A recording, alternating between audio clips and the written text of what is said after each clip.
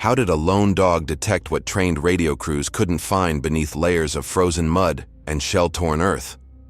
Why would a fully functional German relay station be abandoned in a contested ravine, still powered, still capable of reaching Allied headquarters? What instinct drove Ranger to ignore every command and sprint toward coordinates that military logic said held nothing but death? The answers to those questions would determine whether the 2nd Battalion, 398th Infantry Regiment survived the next 48 hours or became another casualty statistic in the brutal winter campaign of 1944.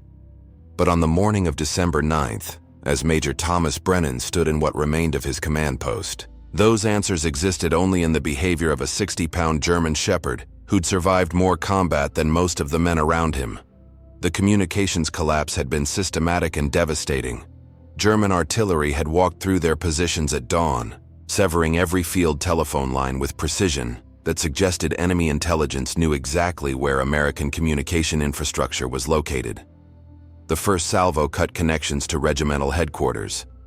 The second destroyed the battalion's primary radio position, killing 3 radio men and shattering equipment that couldn't be replaced with field repairs. The third salvo eliminated their backup communication station, leaving them completely deaf to higher command and unable to call for artillery support, medical evacuation, or reinforcement. Brennan had sent runners to re-establish contact, but none returned. German infiltration units controlled the terrain between the battalion's position and friendly lines, ambushing anyone who tried to cross the 2-mile gap that might as well have been 200 miles.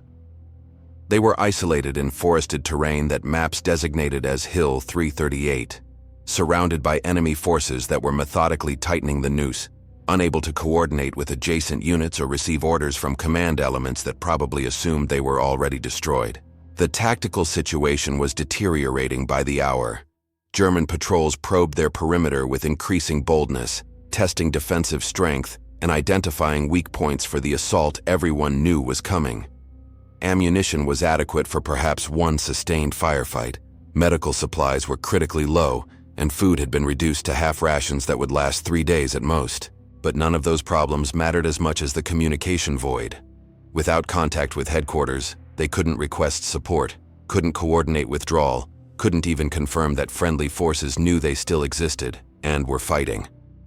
Sergeant Mike Patterson, the senior surviving communications specialist, had spent hours attempting to jury-rig a working radio from damaged components salvaged from destroyed equipment. His best effort produced a receiver that could detect transmissions, but lacked the power to send anything beyond a few hundred yards.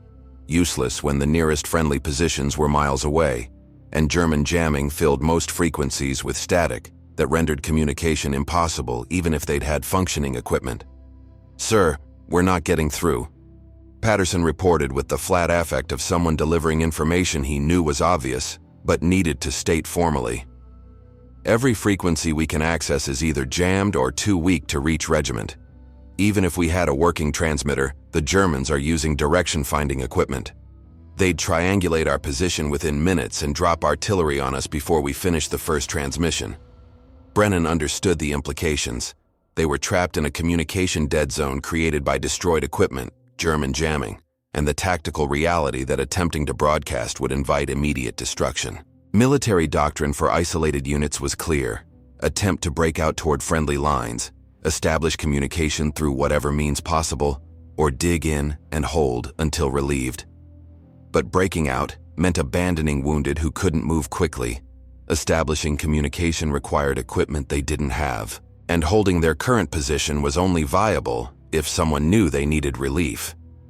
That's when Ranger became relevant in ways nobody had anticipated. The dog was attached to the communications platoon, trained specifically for locating radio men who'd become separated from their units during combat. It was specialized work that required dogs to distinguish between living humans and corpses, track specific scents through terrain contaminated by explosives and chemical traces, and ignore distractions that would divert less disciplined animals.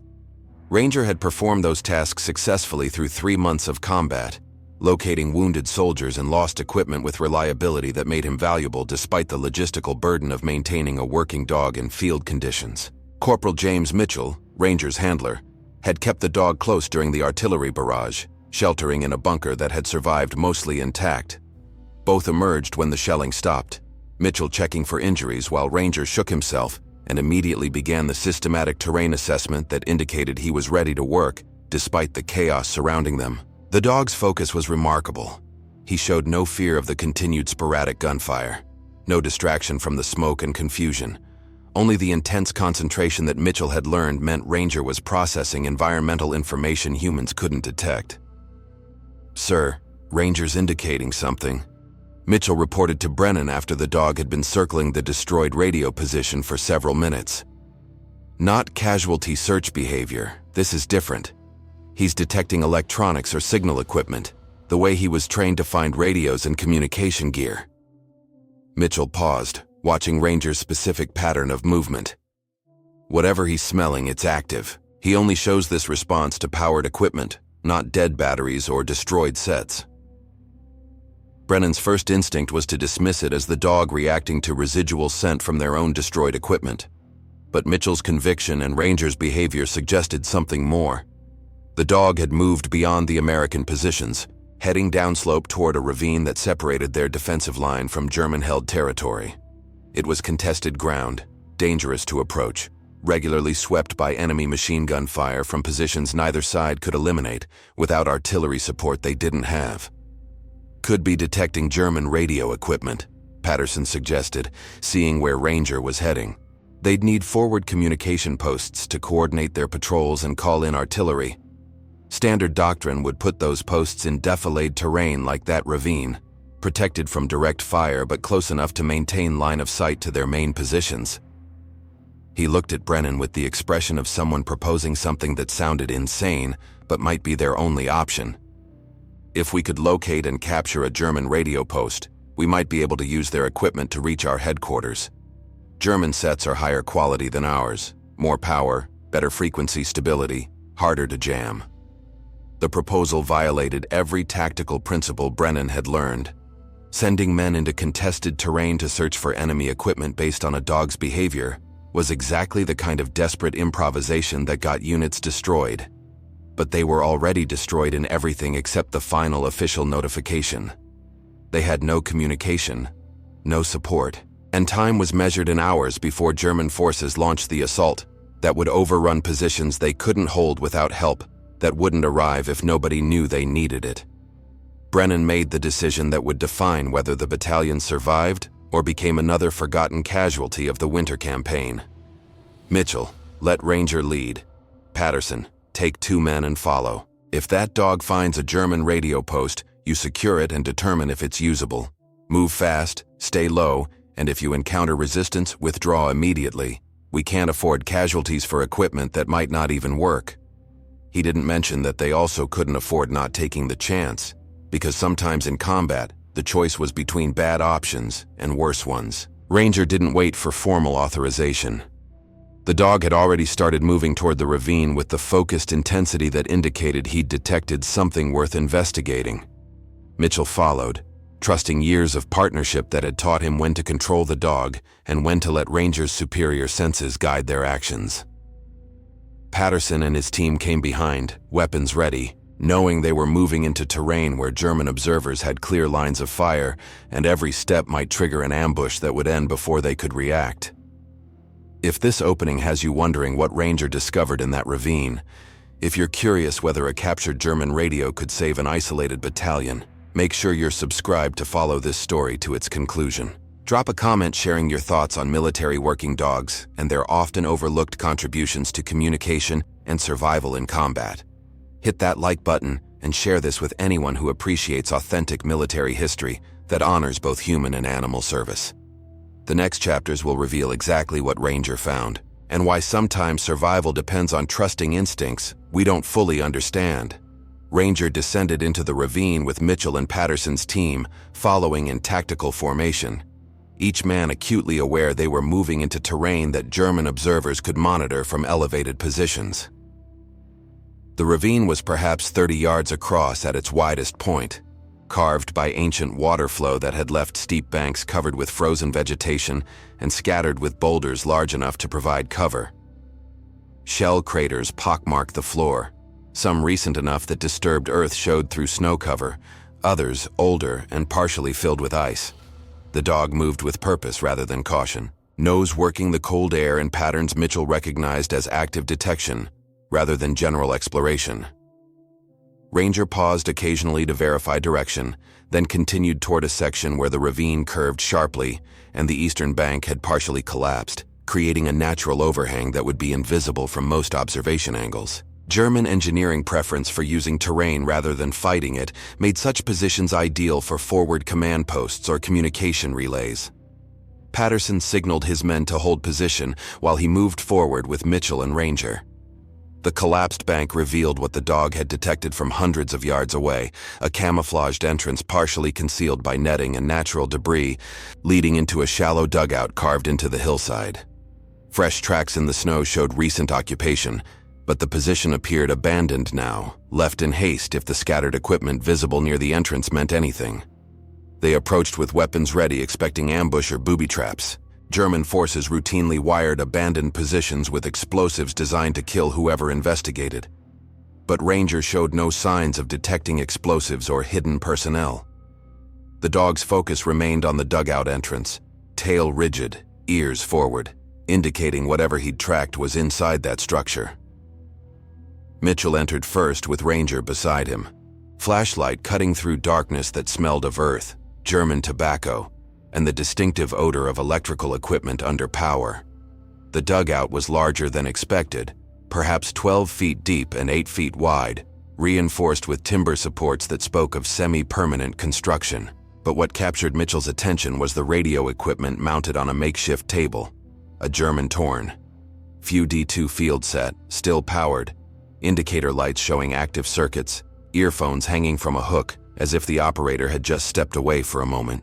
Patterson entered behind Mitchell and immediately assessed the equipment with professional interest. That's a battalion-level relay set. Frequency range that can reach division headquarters, maybe higher. Power supply is intact. They've got it running off a generator or battery bank somewhere.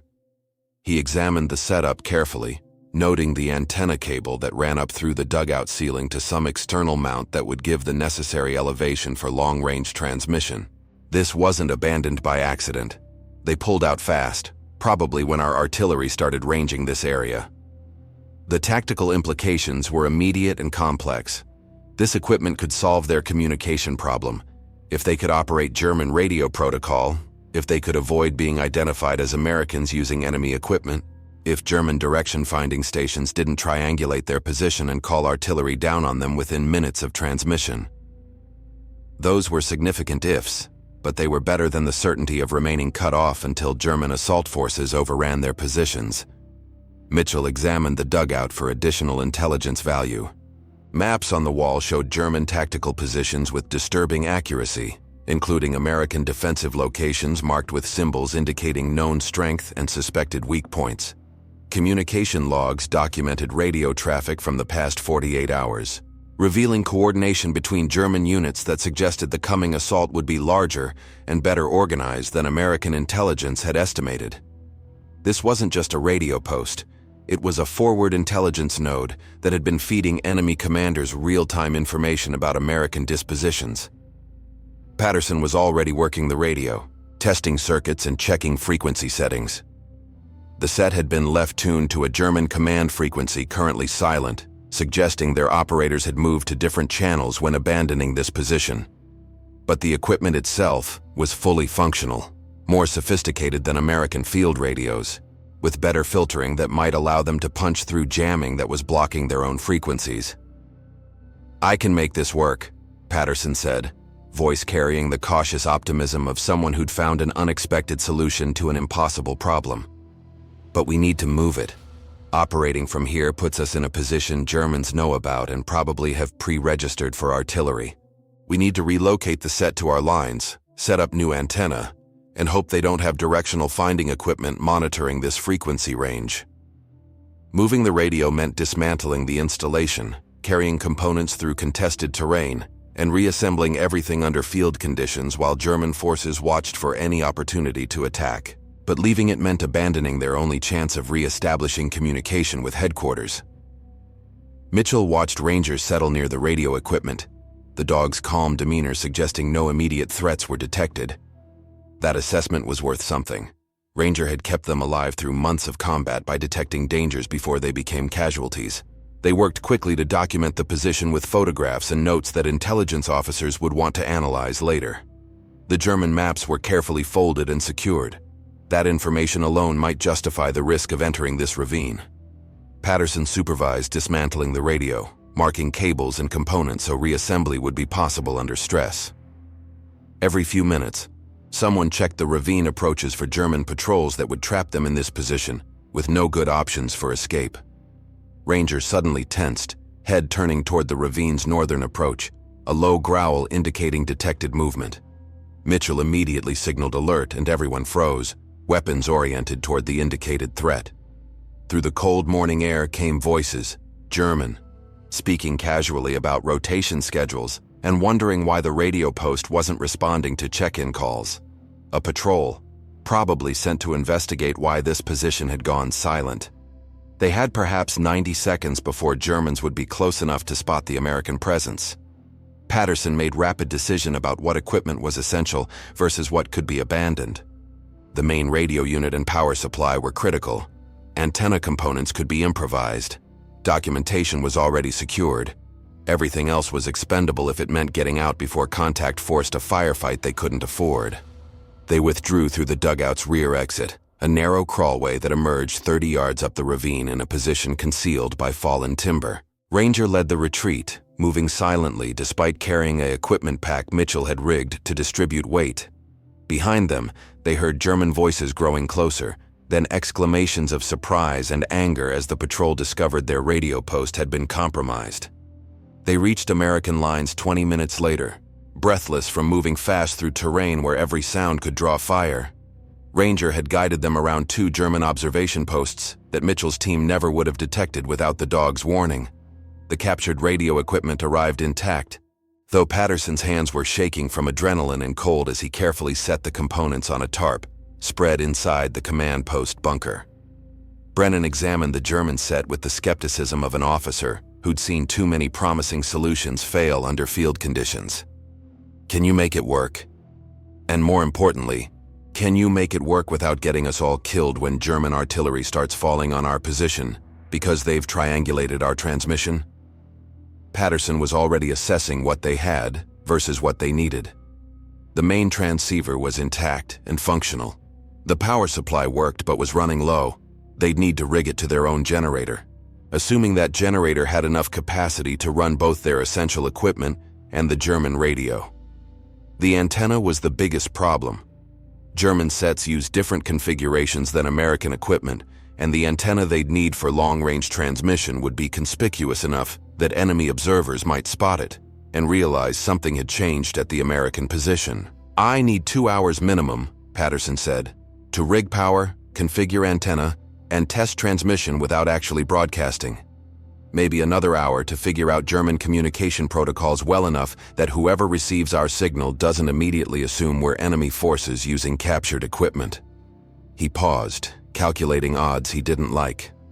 And sir, the moment we transmit, every German direction-finding station within range will start triangulating our position.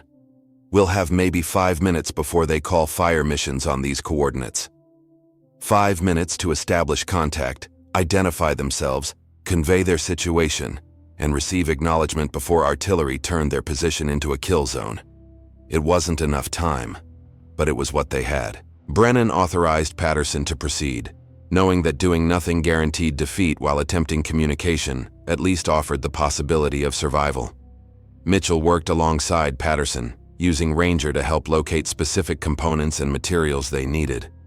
The dog had been trained to retrieve items by scent, and that training proved valuable as they searched through scattered equipment for wire, connectors, and tools that had been displaced during the artillery barrage. Ranger would sniff an item Patterson described, then range through the debris until he found it, returning with the requested object in his mouth like some improbable canine quartermaster. The German maps they'd captured revealed information that made their tactical situation even more precarious. Enemy forces had them surrounded on 3 sides, with only the western approach remaining marginally open, and that avenue was being monitored by at least 2 German observation posts that would detect any movement large enough to constitute a withdrawal. The coming assault would hit from multiple directions simultaneously, designed to overwhelm defenses that couldn't concentrate strength without leaving critical sectors undefended. While Patterson worked on the radio, Brennan organized defensive preparations based on intelligence from the captured documents. He repositioned machine guns to cover approaches the Germans considered weak points, laid additional mines along routes the enemy maps indicated as preferred assault corridors, and consolidated ammunition so that each defensive position had enough to sustain fire through one major attack. It wasn't enough to hold indefinitely, but it might buy time for relief forces to arrive if they could successfully call for help. Ranger accompanied Brennan on an inspection of the defensive perimeter, the dog's presence somehow reassuring to soldiers who'd learned to trust the animal's instincts about danger. At one position, Ranger stopped and refused to advance, indicating something ahead that concerned him. Investigation revealed a German listening post had been established overnight in a shell crater just beyond the American wire. 3 soldiers with radio equipment monitoring American communications and positions. They'd been so close that normal patrols would have walked past without detection. The listening post was eliminated quietly, its occupants captured before they could transmit warning. The equipment they carried included direction-finding gear calibrated to locate American radio transmissions, exactly the threat Patterson had warned about. Brennan realized that the Germans had been preparing to triangulate any American communication attempts, which explained why their jamming had been so effective. They weren't just blocking frequencies, they were hunting for any attempt to break through their electronic curtain. Patterson called Brennan back to the command post 2 hours later with news that carried equal parts hope and concern. "Sir, the radio works. I've got it rigged to our power supply, antenna is up and configured for maximum range, and I've tested all circuits without transmitting. When we're ready, I can broadcast on American frequencies using our standard protocols." He gestured to the captured German equipment that had enabled this unlikely success. "But that direction-finding gear we captured from the listening post confirms what I suspected. The moment we transmit, multiple German stations will start calculating our position. I estimate we have 3 to 4 minutes maximum before they have accurate enough coordinates to call artillery. 3 to 4 minutes to save the battalion or condemn it to destruction."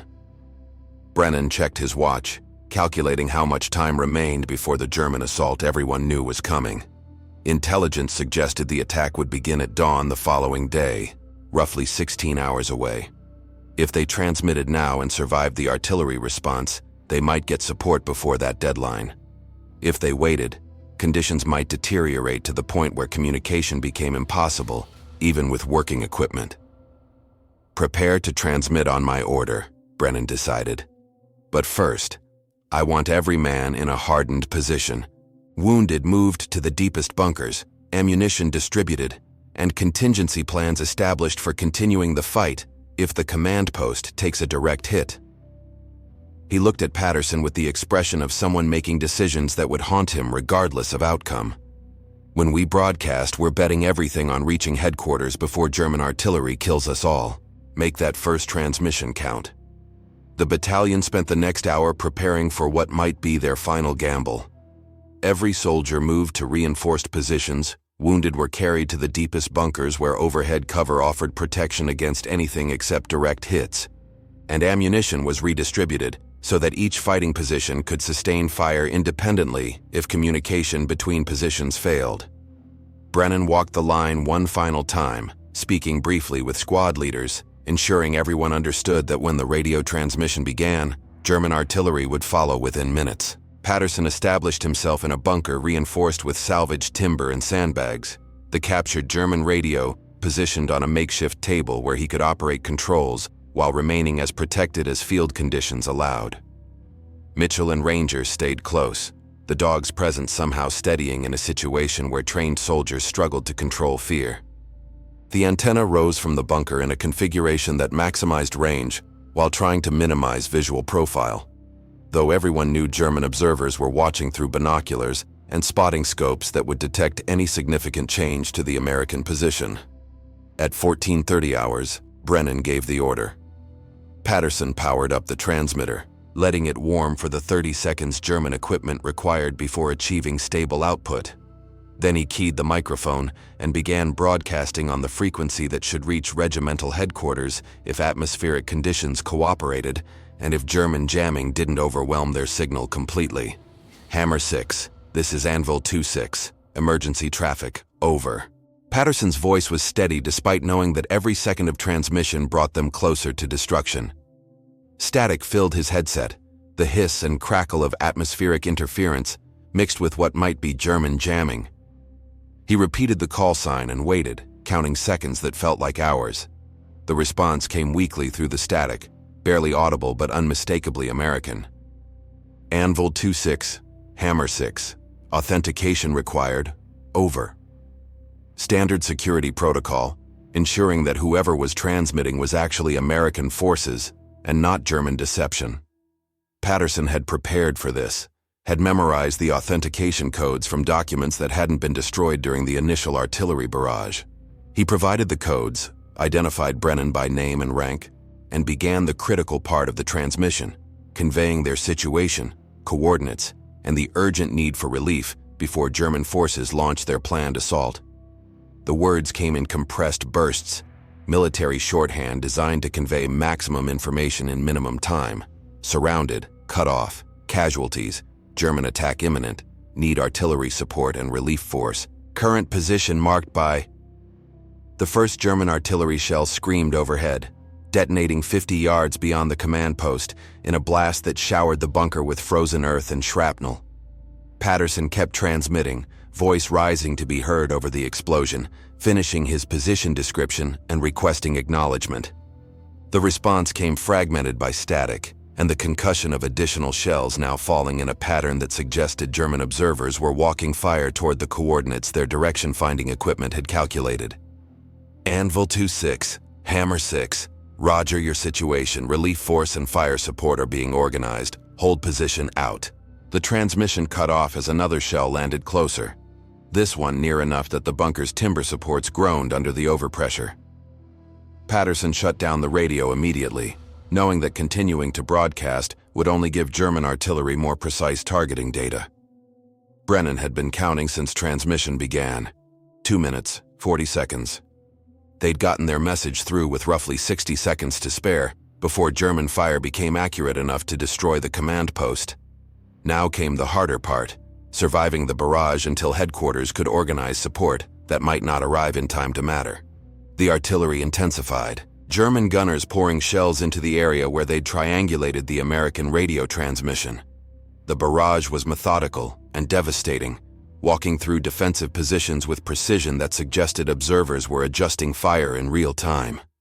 Soldiers pressed into whatever cover existed, enduring concussive waves that made ears bleed and vision blur, waiting for the hit that would end everything or the silence that would mean survival. Ranger remained with Mitchell through the bombardment, the dog showing the same controlled fear that experienced soldiers displayed, aware of danger, respecting it, but not paralyzed by it. When one shell landed close enough to partially collapse the bunker entrance, Ranger was first to start digging through debris, clearing a path that allowed men to escape before the structure suffered additional damage that would trap them inside. The barrage lasted 8 minutes, though it felt longer to everyone who endured it. When the shells finally stopped falling, Brennan emerged to assess damage that made his chest tighten. 2 defensive positions had taken direct hits, their occupants killed or wounded seriously enough to remove them from the fight. The command post bunker was damaged but functional, though Patterson's radio had taken shrapnel that destroyed several components. They'd gotten their message through, but they wouldn't be transmitting again without repairs that weren't possible under field conditions. Casualties were mounting faster than their aid station could handle. Medics worked frantically to stabilize wounded, but supplies were nearly exhausted, and the most serious cases needed surgical intervention that field medicine couldn't provide.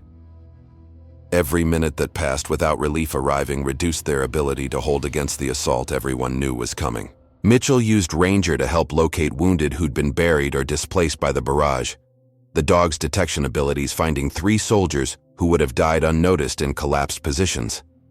Each rescue took time they didn't have, but abandoning wounded wasn't something American soldiers did regardless of tactical disadvantage. Ranger worked with the same focused intensity he'd shown all day, ignoring his own exhaustion and injuries to continue the mission he'd been trained for. As afternoon turned to evening, scouts reported German forces consolidating for what appeared to be a final assault. Infantry was forming up in staging areas just beyond American observation range, supported by armor that had been moved forward during the artillery barrage. The attack would come at dawn, giving German forces the advantage of attacking from darkness into positions illuminated by first light. It was textbook assault doctrine, and it would probably succeed unless the relief force headquarters had promised arrived before then. Brennan gathered his officers for final coordination. Their defensive line was weakened but intact, ammunition was adequate for one sustained engagement, and morale remained surprisingly solid given their situation. The radio transmission had given them hope. Someone knew they existed, knew they needed help, and was organizing support. Whether that support arrived in time was beyond their control. What they could control was how hard they made the Germans pay for whatever ground they took. Night brought cold that penetrated every layer of clothing, turning breath to ice crystals and making weapons sluggish with frozen lubricant. Brennan ordered half the battalion to stand watch while the other half attempted rest that rarely came in conditions where hypothermia was as dangerous as enemy fire. Soldiers huddled in fighting positions, sharing body warmth, rotating guard duty in shifts short enough that no one stayed exposed long enough to lose effectiveness to cold. Ranger patrolled the perimeter with Mitchell, the dog's superior night vision and hearing providing early warning that human sentries couldn't match. Twice during the night, Ranger detected German infiltrators attempting to probe American positions, his low growl alerting sentries seconds before enemy soldiers would have been close enough to observe defensive arrangements or plant explosives. Both infiltration attempts were repelled quietly, without firing, that would alert German commanders that their reconnaissance had failed. The captured German maps proved their value throughout the night. Brennan had positioned listening posts at locations the enemy documents indicated as likely approach routes, and those posts detected German movement exactly where intelligence predicted. It wasn't enough to prevent the coming assault, but it provided situational awareness that allowed better defensive preparation than blind guessing would have permitted. Patterson worked through the night attempting to repair the damaged radio, hoping to re-establish communication if the relief force tried to coordinate their approach. But the shrapnel damage was too extensive for field repairs. They'd gotten one message through, and that would have to be enough. Whether headquarters had believed the transmission, whether they'd organized relief in time, whether support would arrive before German assault forces overran the position, those questions had no answers except waiting. At 0400 hours, German artillery began again, this time a rolling barrage designed to suppress rather than destroy, keeping American defenders down while assault forces moved into final positions. The shells fell in patterns that avoided areas where German infantry would advance, creating corridors of relative safety that enemy forces could exploit. It was professional, methodical, and terrifyingly effective. Ranger sensed the change in German activity before human observers could confirm it. The dog's posture shifted from watchful to intensely focused, indicating he'd detected something significant. Mitchell reported to Brennan that Ranger's behavior suggested large-scale movement, not patrols or small unit maneuvers, but battalion-sized formations advancing toward contact. The assault was beginning. Brennan ordered his men to fighting positions. Every soldier understanding this would determine whether they'd been buying time for relief that would arrive, or simply delaying an inevitable defeat. Visibility in pre-dawn darkness was minimal, limited to what starlight and burning flares revealed through smoke and morning mist. German infantry appeared as shadows moving between trees, their formations disciplined despite terrain that should have disrupted cohesion. The first exchange of fire lit the forest with muzzle flashes that strobed like deadly lightning. American machine guns opened up at effective range, tracer rounds marking paths through darkness and finding targets that screamed or fell silent. German infantry took casualties but kept advancing, pressing attacks from multiple directions that forced defenders to split their fire and prevented concentration of force at any single point.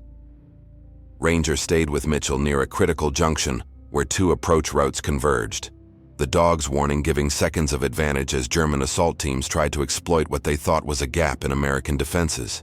Mitchell's squad held the position through discipline and desperation, stopping enemy forces that outnumbered them but couldn't bring that numerical advantage to bear in terrain that channeled attacks into killing zones. As dawn broke, the full scale of the German assault became visible. They were attacking with at least 2 companies of infantry supported by armor that was grinding forward through forest corridors, crushing obstacles and providing fire support that systematically destroyed American positions. Brennan knew his battalion couldn't hold more than another hour, maybe less, before defensive lines collapsed and fighting devolved into isolated squad actions that would end in annihilation or capture. Then, from the west, came sounds that changed everything. American artillery, the distinctive crack of 105mm howitzers falling on German positions with accuracy that suggested forward observers were directing fire. The barrage landed among enemy assault formations, disrupting their coordination and forcing them to seek cover. German armor took hits, one tank brewing up in a fireball that illuminated the forest with orange light. Rangers' ears perked up, head turning toward sounds of tracked vehicles approaching from American-held territory. Relief force, Shermans by the engine note, advancing in formation that would put them between German forces and the surrounded battalion. The timing was perfect, arriving just as defensive lines reached breaking point, turning certain defeat into a fighting chance at survival. German forces began withdrawing under pressure from the relief column, their assault losing momentum as artillery and armor fire made further advance impossible. Brennan didn't waste the opportunity, ordering his men to consolidate positions and prepare for possible counterattack, though German withdrawal suggested they'd recognized that the operation had failed when surprise was lost and American reinforcements arrived. The relief force consisted of 2 tank companies and a mechanized infantry battalion that had been held in reserve specifically for situations like this, isolated units requiring immediate extraction before enemy forces could complete their encirclement. The commander, Lieutenant Colonel James Warren, established contact with Brennan within minutes of arriving, his face showing the professional relief of an officer who'd expected to find corpses rather than a functioning defensive position. "Major, we got your transmission yesterday and started organizing immediately, but coordination took longer than anyone wanted," Warren explained as artillery continued suppressing German positions that were attempting to reorganize for counterattack. "Command wasn't sure you were still operational. The fact that you held this long with no support is going to be studied at Staff College for years." He gestured toward the battered defensive line, where soldiers were emerging from positions they'd defended through the night. "We need to evacuate your wounded first, then extract your entire battalion before Germans bring up reserves and turn this into a larger engagement." The evacuation began immediately, medics from the relief force working alongside battalion aid station personnel to stabilize casualties for transport. Wounded were loaded onto half-tracks and trucks that would carry them to field hospitals, where proper surgical care could save lives that field medicine couldn't.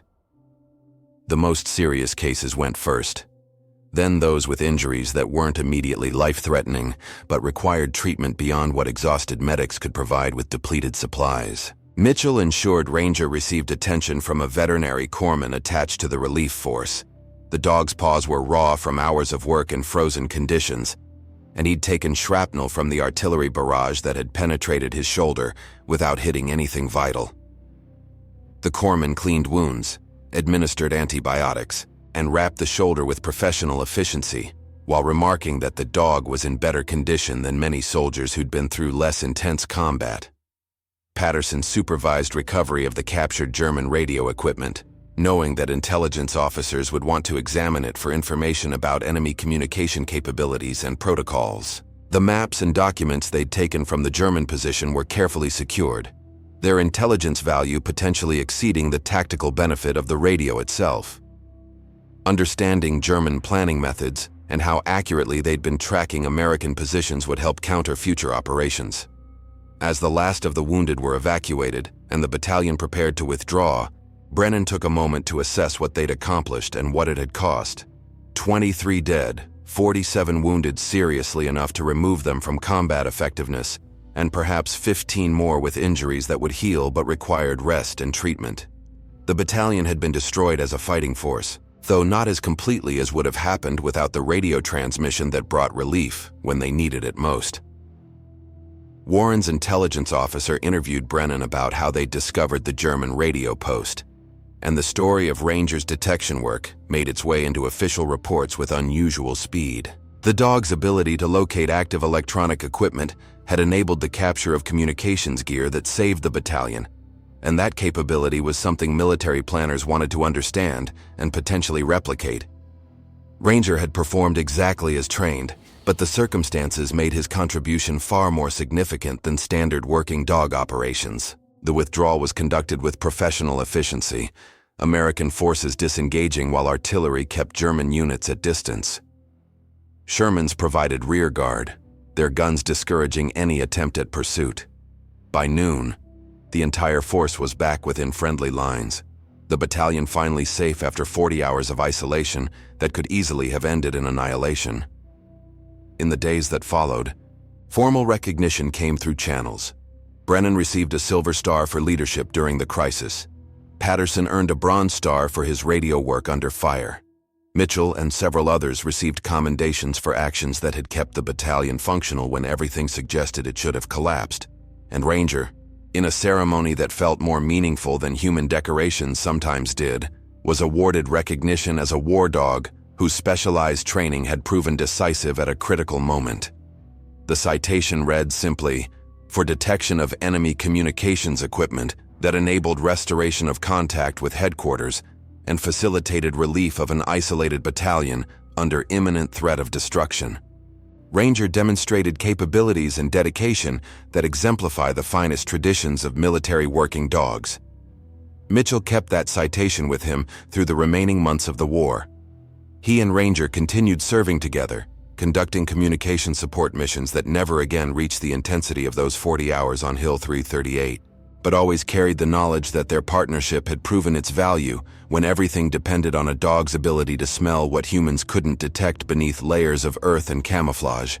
When the war ended, Mitchell filed adoption papers that made Ranger officially his, ensuring they'd return to civilian life together.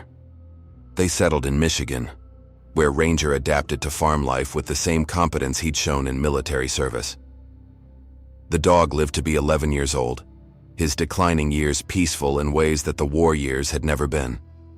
When he died in 1952, Mitchell buried him with military honors, a flag, a moment of silence, and a marker that acknowledged service most Americans would never know about, but that had saved lives when it mattered most.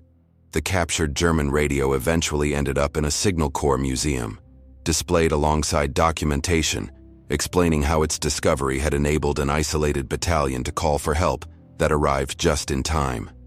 The story became part of military communication training, an example of how improvisation and trust in specialized skills could solve problems that standard doctrine couldn't address.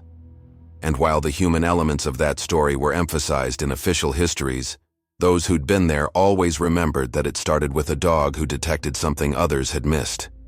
If Ranger's story resonated with you, if it reminded you that sometimes the most critical contributions come from the most unexpected sources, take a moment to share it with others who appreciate authentic military history. Subscribe to continue exploring stories that honor all who served, human and animal alike, in conflicts where courage and capability often meant the difference between survival and tragedy. Comment with your thoughts on working dogs and their roles in military operations, and hit that like button to ensure these stories reach audiences who value knowing what really happened when official reports can't capture the full truth. History is built on thousands of small decisions and unlikely heroes. Ranger was one of them, and his service deserves to be remembered.